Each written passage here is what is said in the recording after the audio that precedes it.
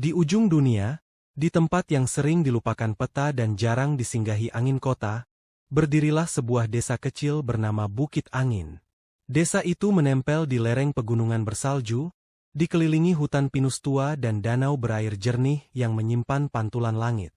Di sanalah tinggal seorang anak laki-laki bernama Ray, remaja yang setia, jujur, dan berani. Ia dikenal oleh para tetua sebagai anak yang penuh rasa ingin tahu. Roy bukan anak biasa. Meski ia tampak seperti anak desa pada umumnya, berkebun, menggembala, membantu neneknya yang sudah renta, di dalam hatinya selalu ada rasa ingin tahu yang tak pernah padam tentang langit. Roy hidup bersama neneknya sejak usia 5 tahun. Setiap pagi, ia bangun sebelum matahari terbit, membantu neneknya, Ina Mireya, mengisi tungku kayu dan mengambil air dari danau. Setelahnya, ia menghilang ke hutan, mencari jamur, jejak rusa, atau sekadar duduk mendengarkan desir angin. Ia sering duduk di puncak bukit saat fajar atau senja, memandangi awan-awan yang menggulung, membayangkan bahwa ada dunia lain di atas sana. Sejak kecil, Roy sering mendengar cerita neneknya tentang Pulau Kabut, sebuah daratan yang melayang di antara awan, tempat tinggal para naga. Kebanyakan orang di desa menertawakan cerita itu. Mereka bilang itu hanya dongeng pengantar tidur. Tapi bagi Ray, cerita itu terasa nyata.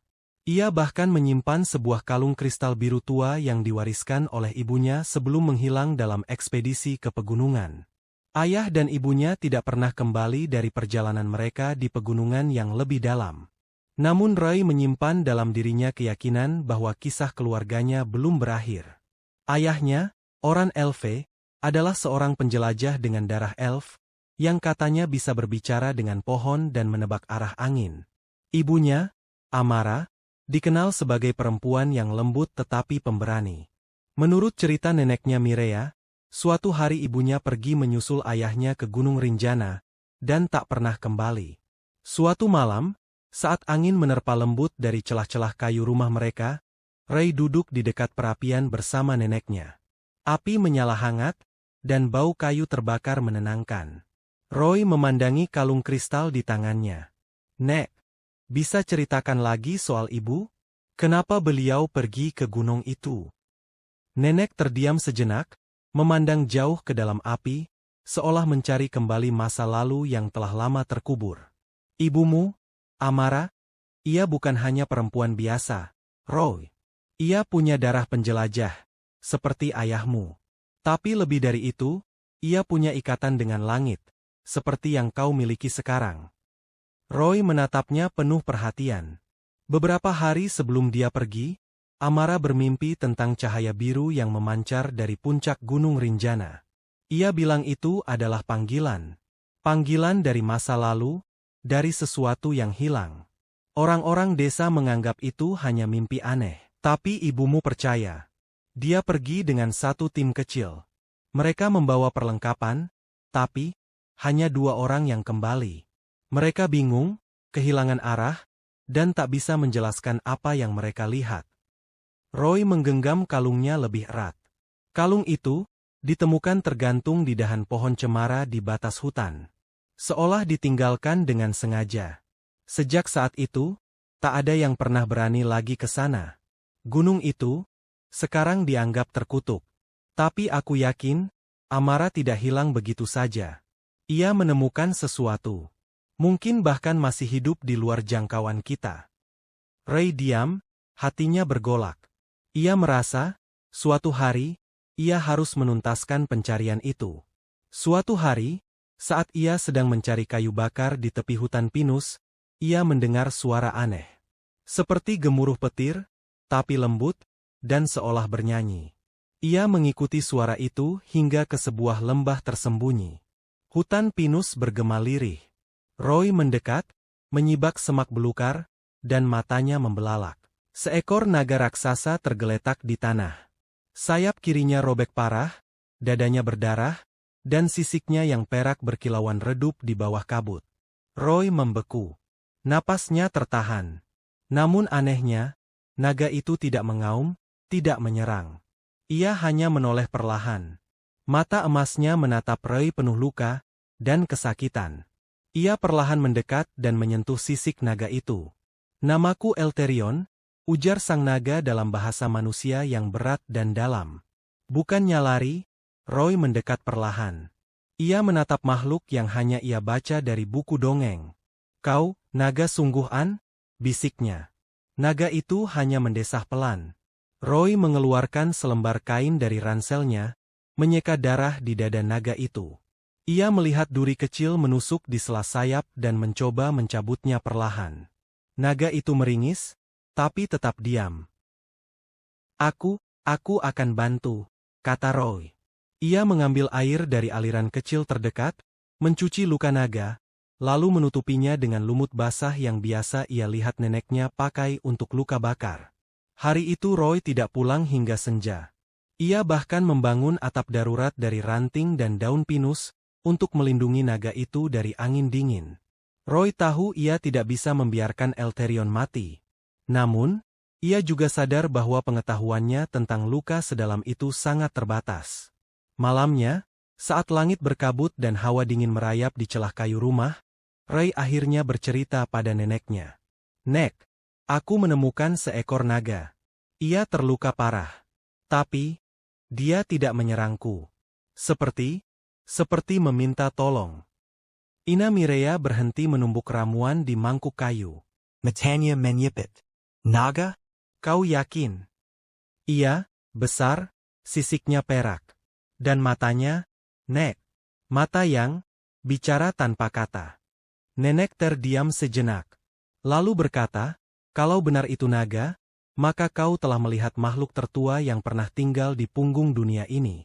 Mereka hampir punah. Tapi ada satu, yang katanya menjaga puncak Gunung Rinjana. Aku tak tahu harus bagaimana. Aku hanya membersihkan lukanya. Tapi dia lemah. Kalau lukanya robek, pertama-tama harus dibersihkan dulu. Getah pinus bisa menghentikan infeksi. Lalu, kau bisa gunakan daun arka, yang tumbuh di lereng timur, untuk mempercepat penyembuhan jaringan. Kalau ada pembengkakan, gunakan akar langi. Tapi hati-hati, akar itu harus dikeringkan dulu sebelum dipakai, kalau tidak bisa menyebabkan panas tinggi." Roy mengangguk serius, seolah-olah menyerap setiap kata. "Kalau lukanya dalam, jangan hanya oles luar. Buat ramuan rebusan daun arka dan sedikit kulit kayu sirah, lalu kompres hangatkan di luka itu. Tapi jangan setiap hari. Beri jeda 1 hari agar kulit tidak rusak. Kalau dia tidak bisa makan, berikan makanan yang mudah dicerna. Ikan yang direbus, misalnya, atau telur panggang. Tapi jangan sampai dia makan terlalu banyak sekaligus." Nenek menatap keluar jendela, lalu berdiri perlahan. Ia membuka laci tua dan mengambil gulungan kain, mengeluarkan beberapa tanaman kering dan sebuah botol kecil. "Dengar baik-baik, Row. Jika kau ingin menolongnya, kau harus membuat ramuan penyembuh. Pergilah ke sisi utara danau. Di sana tumbuh tanaman bernama akar gelintir. Wanania biru kehijauan. Campurkan dengan madu pinus dan bunga seruni hutan. Itu mempercepat penyembuhan luka dalam dan sayap yang robek." Roy mengangguk pelan. Namun sebelum ia pergi tidur, ia memberanikan diri bertanya, "Nek, bolehkah aku tanya soal ayah dan ibu?" Ina menatap api di tungku. Cahaya perapian menari di matanya yang tua.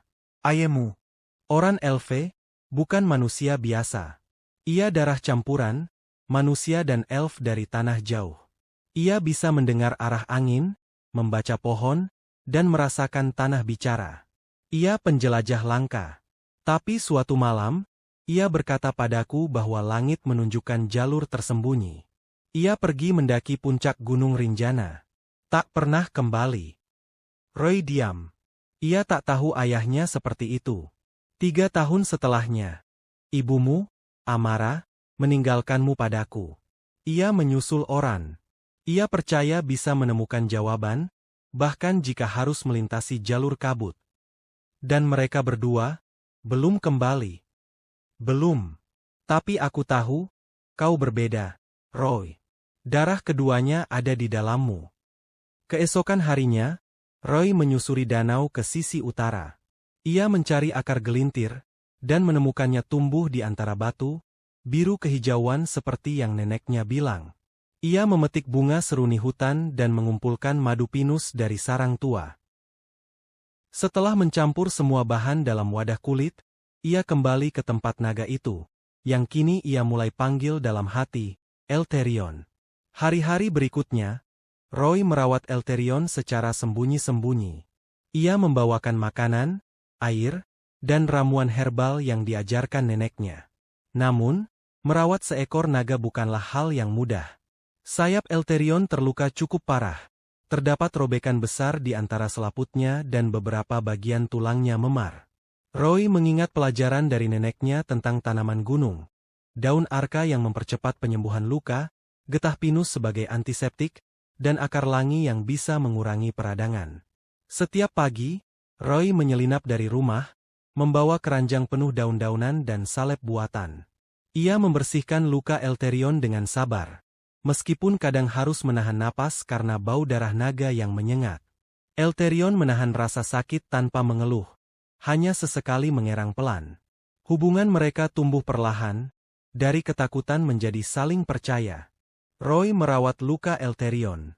Ia membersihkan bekas darah, meneteskan ramuan dari akar dan bunga, dan bahkan melantunkan lagu-lagu kecil untuk menenangkan sang naga. Roy membuat tenda darurat dari ranting dan daun lebar, untuk melindungi Elterion dari hujan. Ia membuat kantung air dari kulit binatang dan menggunakan batu datar sebagai alat kompres. Ia juga membuatkan pagar dari batu agar angin dingin tak langsung menerpa tubuh Elterion. Roy tidur di pelataran hutan, membawa selimut, hanya untuk memastikan Elterion tidak sendiri. Setiap hari, ia mencatat perubahan pada sayap Elterion.